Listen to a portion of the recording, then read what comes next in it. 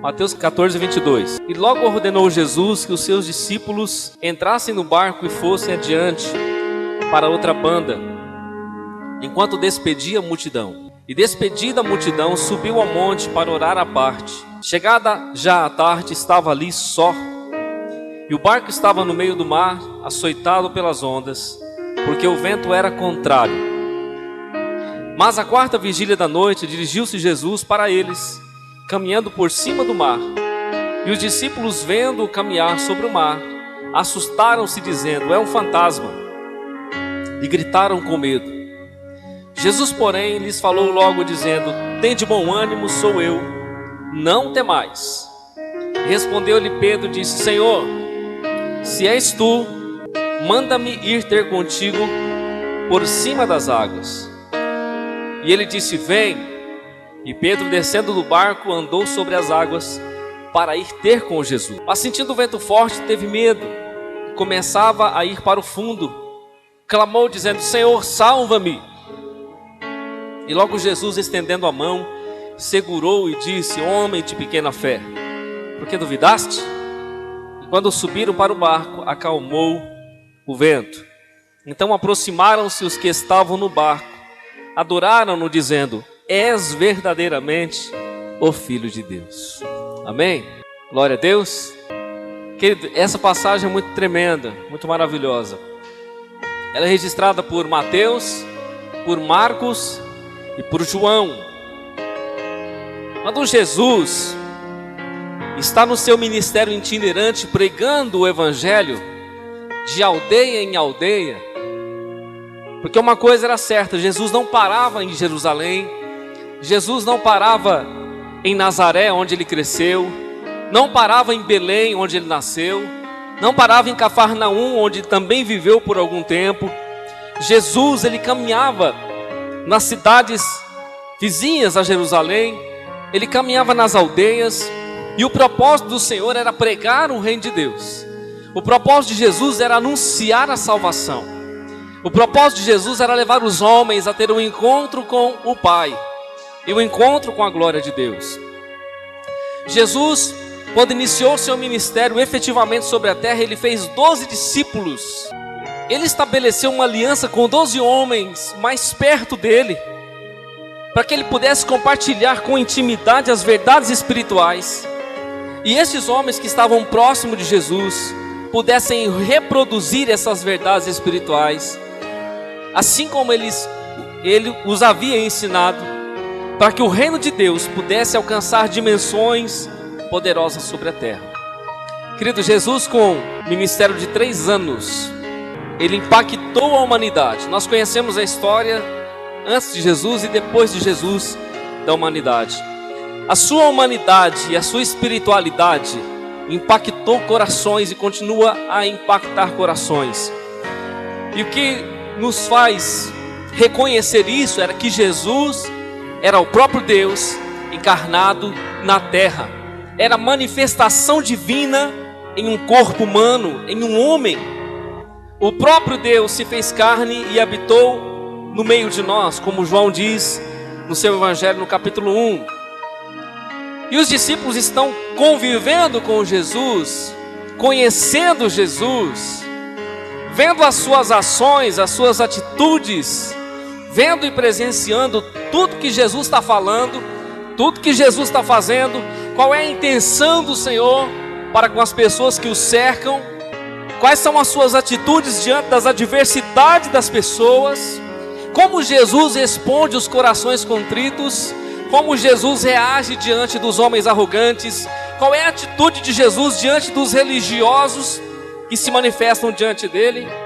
Quando nós lemos os evangelhos, nós vamos ver todas as características e as atitudes do Senhor diante de cada momento da sua vida, e nós começamos a traçar um panorama de quem Jesus é, diante das adversidades, diante dos conflitos, diante dos momentos que ele é provado pelos homens, que ele é tentado pelo próprio diabo, e como ele sobressai de todas as situações, demonstrando na sua humanidade, como eu e você, sendo filho de Deus, porém sendo homem também, conseguiu vencer todas elas.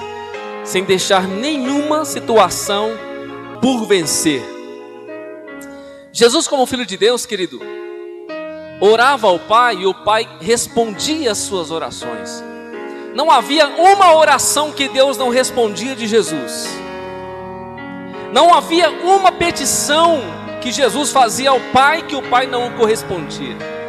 Não havia nada que Jesus fizesse que não estava de comum acordo com o Pai. Tudo que ele fazia tinha um endosso, tinha um aval, tinha a bênção de Deus sobre a vida dele. Nesse texto que nós lemos, um pouco antes, se você ler depois em casa, vai falar sobre a morte de João Batista. E Jesus, ouvindo isso, ele retirou-se para um lugar deserto. Ele se aparta para orar e para falar com Deus. Quando Jesus volta da oração, ele dá de cara com uma multidão sedenta e faminta. E essa multidão recorrentemente seguia o Senhor. Homens e mulheres famintos tanto espiritualmente como fisicamente. Homens e mulheres que buscavam por mais de Deus. Homens e mulheres que desejavam por mais da presença de Deus.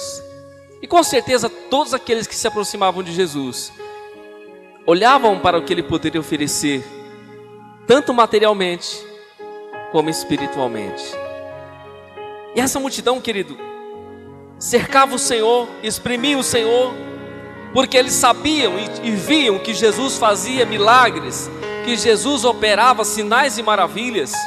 E cada um que estava ali ao redor esperava que Deus fizesse alguma coisa na sua vida.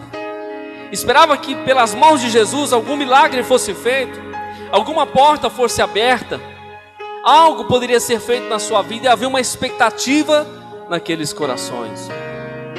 Se eu dizer para você, querido, que eu entrei aqui sem expectativa nessa noite, eu estaria mentindo.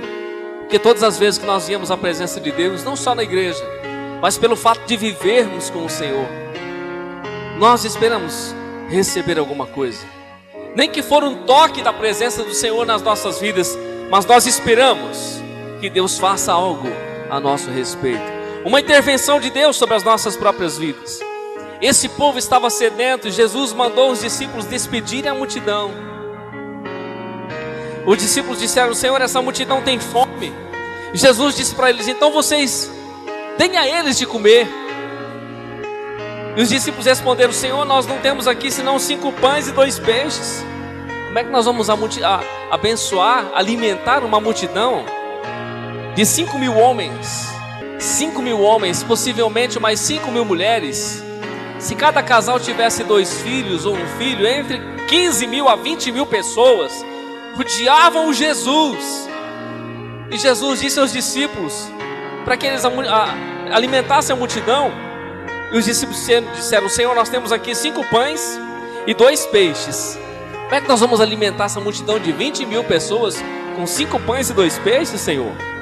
Jesus pega os pães, levanta ao alto, pega os peixes, levanta ao alto, dá graças a Deus, adora o Senhor por aquele alimento. E a Bíblia diz que ele reparte com os discípulos, e os discípulos começam a repartir com a multidão. À medida que eles repartiam o pão ia multiplicando-se, o peixe ia multiplicando-se, todos se alimentaram, foram fartos, e a Bíblia diz que sobrou 12 cestos cheios. O milagre de Deus foi abundante naquele dia. E aquela multidão, depois de ser servida pelo Senhor, ela desesperadamente queria estar com Jesus. Mas a Bíblia diz que ao término da multiplicação dos pães e peixes, Jesus se retira para o monte e ele vai para a oração. Sabe, querido, uma das coisas que nós presenciamos no Evangelho, quando você lê ele de carreirinha, quando você lê sequencialmente, você vai ver Jesus se retirando constantemente para a oração. Uma coisa que Jesus não negociava era a sua oração. Era o seu momento com o Pai, o seu momento com Deus. Ninguém roubava isso dele. Os homens exprimiam o Senhor e desejavam estar junto com Jesus, mas Jesus não abria mão da sua comunhão com Deus. E nesse dia que Jesus multiplica os pães e os peixes, a Bíblia diz que ele vai para um monte orar e diz aos discípulos para que os discípulos tomassem o barco e passassem para outra margem.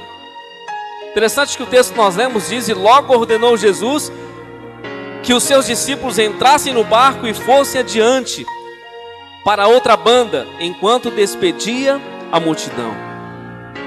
E despedida a multidão, subiu ao monte para orar à parte, e chegado já à tarde, estava ali só. Só, na verdade, só ele e Deus. Só Jesus e Deus. Jesus disse para os discípulos: olha, vocês entram no barco, passa para outra margem. Pode entrar no barco, pode ir embora, pode ir para outra margem. Em outras palavras, depois eu vou. Pode ir que depois eu vou. Porque Jesus precisava estar a sós com Deus. Esse era o seu propósito. Quando nós lemos o texto, Jesus despede a multidão, depois de ter alimentado a multidão, porque Jesus não despede ninguém de barriga vazia. Jesus não despede ninguém sem uma resposta. Jesus não despede ninguém sem uma direção. Ele vai para o monte. Ele sobe para o monte para orar à parte. A Bíblia diz que o barco estava já no meio do mar, açoitado pelas ondas, porque o vento era contrário. Irmãos, os discípulos tomam o barco, entram e vão para outra margem. Pelo menos 3 homens que estavam nesse barco eram pescadores: Pedro, Tiago, João. Porque Pedro, pescador profissional, Tiago e João, filhos de Zebedeu, homens da pesca, homens que viviam da pesca. Fora os demais que também conviviam com esse contexto, tinham entrado no barco para passar para outra margem. Jesus ficou no monte orando. A Bíblia diz, o texto diz que perto da 4ª vigília da noite, possivelmente entre 3 e 6 da manhã, dentro desse período, a 4ª vigília da madrugada, Jesus vem andando sobre as águas. E os discípulos estão enfrentando um vento contrário. O vento contrário sobre as suas vidas. Sem Jesus no barco. De repente, com o vento contrário, sem Jesus no barco, desesperados, a 4ª vigília da noite, na madrugada, eles avistam ao longe um vulto vindo andando sobre as águas. E todos eles ficam desesperados, irmão.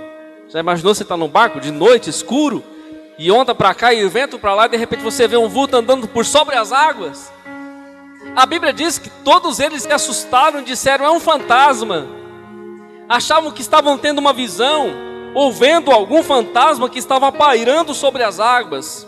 Mas Jesus disse, logo vendo-os de perto, Jesus disse: não temais, tem bom ânimo, sou eu. E o que eu acho maravilhoso, querido, nessa passagem, é que quando Jesus diz assim: tende bom ânimo, sou eu, não temais. E respondendo, Pedro disse no versículo 28, se és tu, manda-me ir ter contigo por cima das águas. Jesus vinha caminhando, Wander, tranquilamente sobre as águas. Vento, onda, mas Jesus sem intempérie caminhando sobre as águas. Todos eles se espantam. Mas quando Jesus se identifica, Pedro diz assim: Senhor, se és tu, manda que eu vá a ti por sobre as águas. Interessante que Pedro não sai do barco para ir de encontro com Jesus. Pedro diz para ele: Senhor, se és tu mesmo, manda que eu vá a ti por sobre as águas. Será que alguém tem condições de andar sobre as águas? Será que alguém tem condições de desafiar a lei da física e andar sobre as águas sem afundar? Jesus tem, irmão, porque Ele é Deus. E quando Jesus disse para Pedro: vem, Pedro sai do barco e pisa na água como se estivesse pisando no chão. Coloca os seus pés sobre as águas e começa a caminhar em direção a Jesus. Pedro naquele dia provou e testificou do sobrenatural, porque Jesus disse: vem.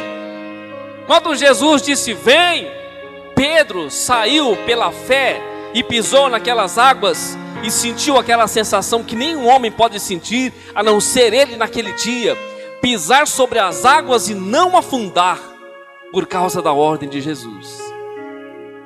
E Pedro começa a caminhar sobre as águas, vai em direção a Jesus, mas a Bíblia diz que o vento, mesmo o vento que estava combatendo eles no barco, bate contra Pedro. Está Pedro aqui, o vento, o temporal, e Jesus ali. O mesmo que disse, vem. Agora Pedro para de olhar para Jesus, sente o vento, sente as ondas, a água, e ele começa a ter medo. E quando Pedro começa a ter medo, querido, automaticamente ele começa a afundar. Surge um desespero no coração de Pedro. Pedro diz, Senhor, salva-me. Senhor, salva-me.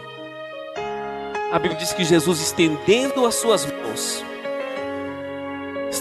suas mãos, ele segura Pedro e diz, Jesus disse, homem de pequena fé, por que duvidaste? Homem de pequena fé, por que não creste? Homem de pequena fé, por que tiveste medo? Homem de pequena fé. Em outras palavras, por que você olhou para o vento? Por que você parou nas ondas? Por que você parou na dúvida? Por que você parou no medo?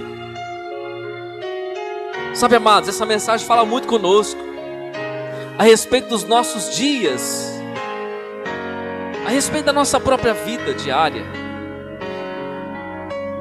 Porque diante das ondas dessa vida, diante dos problemas que nós enfrentamos, nós podemos até estar andando sobre as águas do sobrenatural com o Senhor. Nós podemos ouvir a voz do Senhor dizendo, vem meu filho, vem minha filha. Nós colocamos os nossos pés sobre as águas e sentimos que nós não afundamos. Sabe por quê? Porque nós sentimos a direção de Deus, sentimos a proteção de Deus, sentimos o recurso de Deus. Mas todas as vezes que eu e você começamos a olhar para as ondas, para os ventos da vida, para os intempéries que nos cercam, para as adversidades que estão ao redor, isso representa para mim e para você como ondas, como ventos, como dificuldades, como barreiras. Todas as vezes que eu e você começamos a olhar para essas coisas, nós começamos a afundar, nós começamos a declinar, nós começamos a ceder. E aí, querido, a única solução é gritar, Senhor, salva-me. Sabe, o escritor aos Hebreus vai dizer o seguinte, no capítulo 12 e o versículo 2, olhando para Jesus, autor e consumador da nossa fé, o qual pelo gozo que lhe estava proposto, suportou a cruz, desprezou a afronta.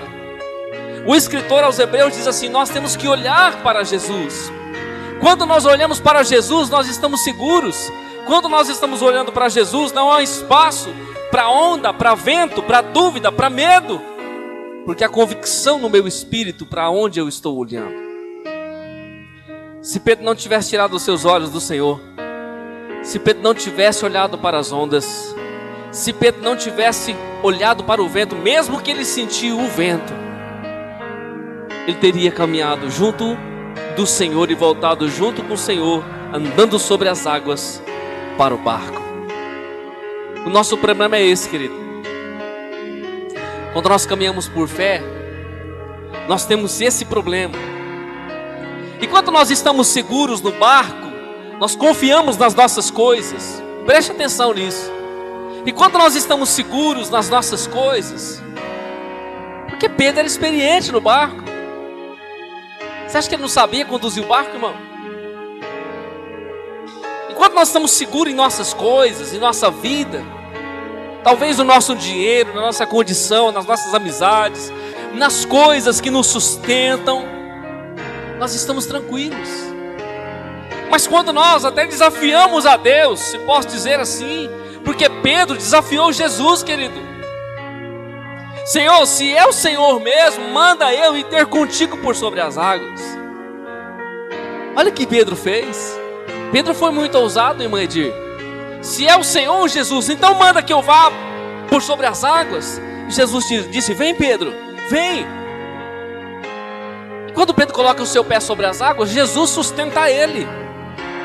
Jesus, o poder de Deus, sustenta Pedro sobre as águas. Mas Pedro começa a caminhar num terreno do sobrenatural. E o terreno do sobrenatural, eu e você não dominamos. Quem domina é Jesus. Agora eu e você vamos estar caminhando sobre as águas seguros, sem afundar, quando os nossos olhos estão fixos nele. Porque nós saímos do nosso lugar de segurança. Enquanto estamos no barco, estamos seguros. A hora que saímos do barco, começamos a andar sobre as águas, andamos sobre a dependência de Deus. Pedro só estava andando sobre as águas, pisando sobre elas e não afundando, porque ele estava olhando para o Senhor. Ele estava confiando que Jesus o mantinha naquele lugar. Só que a hora que Pedro, por um lapso de momento, ele tira os seus olhos de Jesus, ele tira a visão do Senhor, ele olha para as águas, ele contempla o vento batendo no seu rosto, o medo enche o seu coração. A Bíblia diz que ele começa a afundar, ele começa a declinar. Talvez se Pedro estivesse perto do barco, ele já lançava a mão perto do barco para segurar. Mas Pedro diz desesperadamente: Senhor, salva-me. Salva-me, Senhor. Salva-me. Jesus estende as suas mãos, levanta Pedro e diz para ele: homem de pequena fé. Eu penso, querido, que esse texto quer dizer bem claro para mim e para você, que foi a fé que sustentou Pedro por sobre as águas. Foi a sua atitude ousada de falar com o Senhor e de crer que Ele poderia caminhar sobre elas. Foi a fé que o sustentou ali, naquele lugar, sem afundar. Mas todas as vezes que nós temos a atitude ou manifestamos o medo, a covardia, a incredulidade, é o oposto da fé. Todas as vezes que nós deixamos o nosso coração se levar por isso, a nossa tendência é afundar, é naufragar, é voltar atrás, é declinar. Mas como Jesus, querido, tem um coração de amor e generoso, Ele sempre vai me levantar e sempre vai te levantar. Porque Jesus não deseja nem quer que nenhum de nós venhamos a afundar na nossa vida. Amém? Jesus pega na mão de Pedro, levanta ele e coloca ele de volta sobre as águas. E agora, de mãos dadas, Jesus carrega Pedro e eles vão caminhando novamente sobre as águas e ambos entram no barco. Todas as vezes que eu e você temos medo, duvidamos do que Deus pode fazer, duvidamos da obra de Deus, duvidamos da palavra de Deus, duvidamos que foi Jesus que nos chamou, duvidamos que foi Jesus quem nos levantou, duvidamos que foi Jesus quem fez a obra, duvidamos que foi Jesus quem nos chamou para vir a Ele. Nós temos a tendência de afundar, querido, e de afundar nas águas. Mas o Senhor está aqui nesta noite, dizendo para mim e para você, que no desespero da nossa vida, das ondas que nos acometem diariamente, sabe que nos momentos de dor da nossa vida, nos momentos de luta, de dificuldade, como os discípulos estavam lá, Wander, naquele dia, estava no barco, irmão, temporal, vento, onda, chuva, talvez a chuva estava assolando também. Sabe que no momento da nossa adversidade, nós podemos até confundir Jesus com outra coisa, porque eles confundiram Jesus com fantasma, irmã Gisele. No momento da nossa adversidade, das nossas lutas, nós podemos confundir Jesus, porque eles olharam e pensaram que era um fantasma, mas era o Rei da vida que estava ali perto deles. Sabe, no momento da adversidade, que você não consegue enxergar as coisas, no momento da aflição, no momento da enfermidade, no momento do problema, que você não consegue ter uma visão, tem alguém que chega assim e fala: não, meu amigo, vai por aqui que você resolve isso fácil. Talvez quem está de fora consegue enxergar melhor do que quem está dentro da situação. Alguém fala assim: não, em vez de você fazer assim, faz por aqui, ó, você não está entendendo. Porque no momento, querido, que nós estamos presenciando a adversidade, nós não conseguimos compreender que é Jesus que está ali. E na nossa adversidade, preste atenção, querido, que o Senhor está falando. E na nossa adversidade, Jesus está por cima dela. Porque enquanto os discípulos estavam vivendo a adversidade nas ondas, Jesus estava sobre ela, declarando: eu sou o Senhor. Estou acima das suas adversidades, estou acima dos seus problemas, estou acima das suas limitações, estou no controle da sua vida. Nada é maior do que eu. Aleluias! Jesus estava dizendo: eu estou acima do mar, estou acima do vento, estou acima das ondas, estou acima dos problemas. Pode ser que nós estamos dentro do barco, estamos no meio das ondas, estamos recebendo o vento, estamos no meio da adversidade, não conseguimos ver quem Jesus é, e Jesus está lá conosco, querido, naquele lugar, por cima de todas as coisas. Porque na hora da nossa adversidade, pensamos que vamos afundar, pensamos que vamos, naquele momento, padecer. Jesus está andando tranquilamente sobre as águas. Jesus vem andando tranquilamente, irmã Ana Paula, sobre as águas. Tem um outro momento também, que eles estão no barco, e Jesus está no barco com eles. E nesse momento, Jesus está no barco. Porque nesse aqui, Jesus não está no barco, ele vem sobre as águas. Mas tem um momento que Jesus está dormindo na polpa do barco. A Bíblia diz que o Senhor estava extremamente cansado. Tinha passado um dia, trabalhou demais, se esgotou fisicamente, e Jesus estava dormindo na polpa do barco. Veio o vento, veio a tormenta, veio a tempestade, e assolava aquele barco, e os discípulos ficaram doidos, irmão. Se tinha vela no barco, já estava puxando para cá, puxando para lá, tentando de todas as maneiras resolver o problema. Sabe quando nós queremos resolver o problema com a nossa mão? Sabe quando você quer resolver o seu problema com a sua mão? E eles estavam tentando resolver o problema da tempestade, irmão. Pedro, puxa a corda de cá, João, puxa a leme de lá, puxa a vela. E a tempestade e o vento, chega uma hora que eles se desesperam totalmente. Porque a coisa foi tão crítica que eles dizem assim: nós vamos sucumbir. E Jesus está dormindo, irmão. Jesus está dormindo na polpa do barco. Como é que pode isso? E eles não suportam e vão a Jesus e dizem: Senhor, não te importa que nós pereçamos?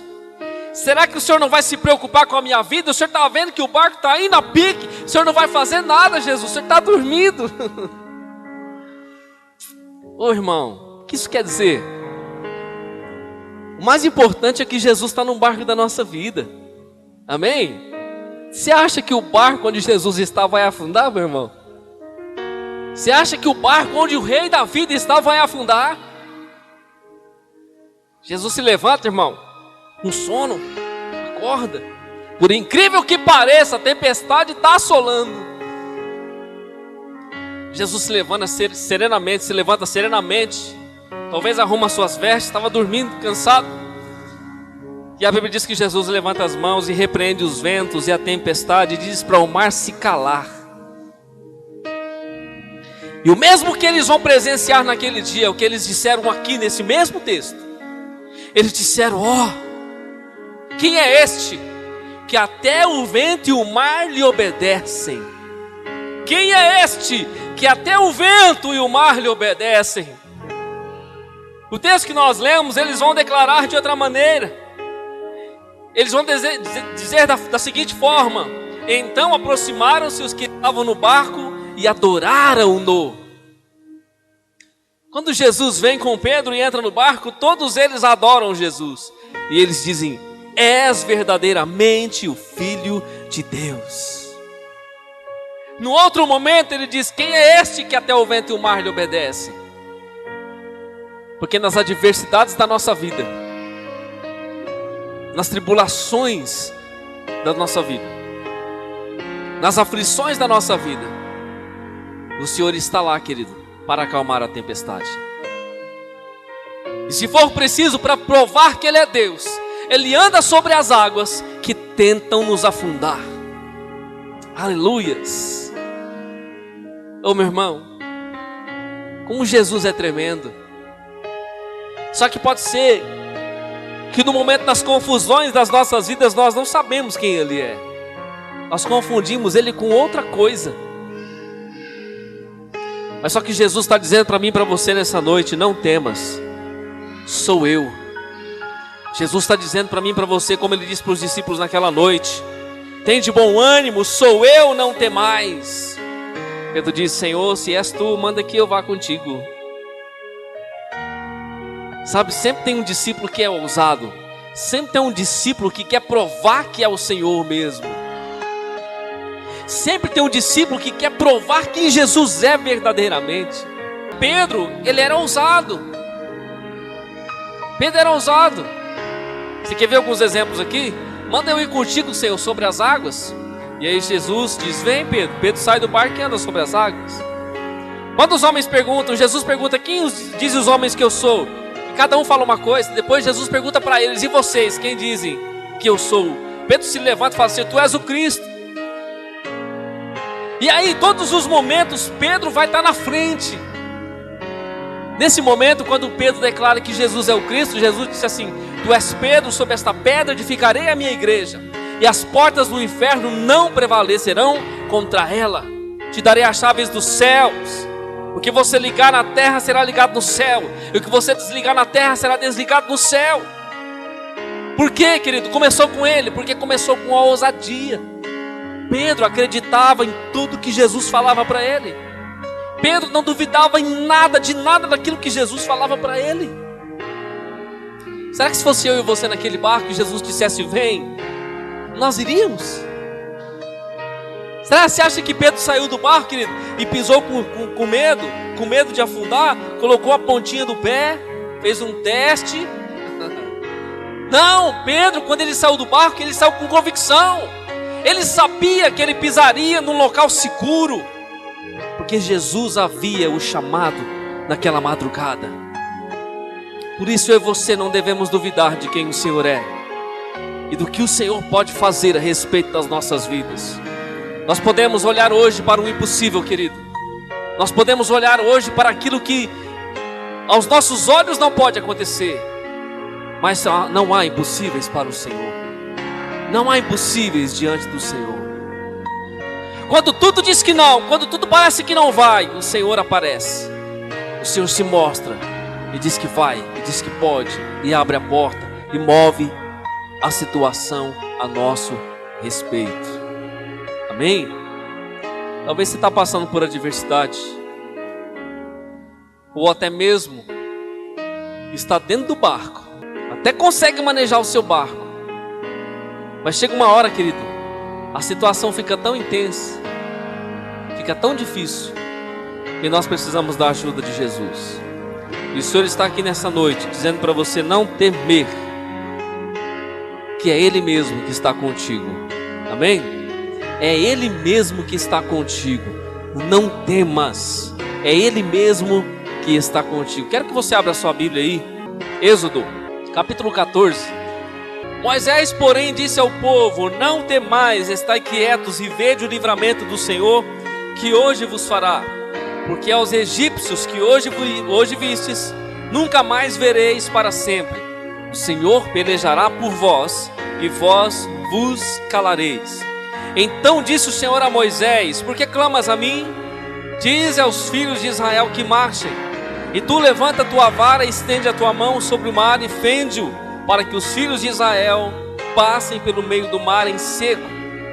E eis que endurecerei o coração dos egípcios, para que entrem nele atrás deles. E eu serei glorificado em Faraó e em todo o seu exército, nos seus carros e nos seus cavaleiros. A Bíblia diz no versículo 14: o Senhor pelejará por vós, e vós vos calareis. Não temas, estai quietos e vede o livramento do Senhor. Ele disse: por que clamas a mim? Moisés estava clamando. Faraó estava atrás, na frente havia um mar, dos lados colinas, não tinha saída. O povo tinha saído do Egito, e agora Faraó vem atrás para matar a nação de Israel.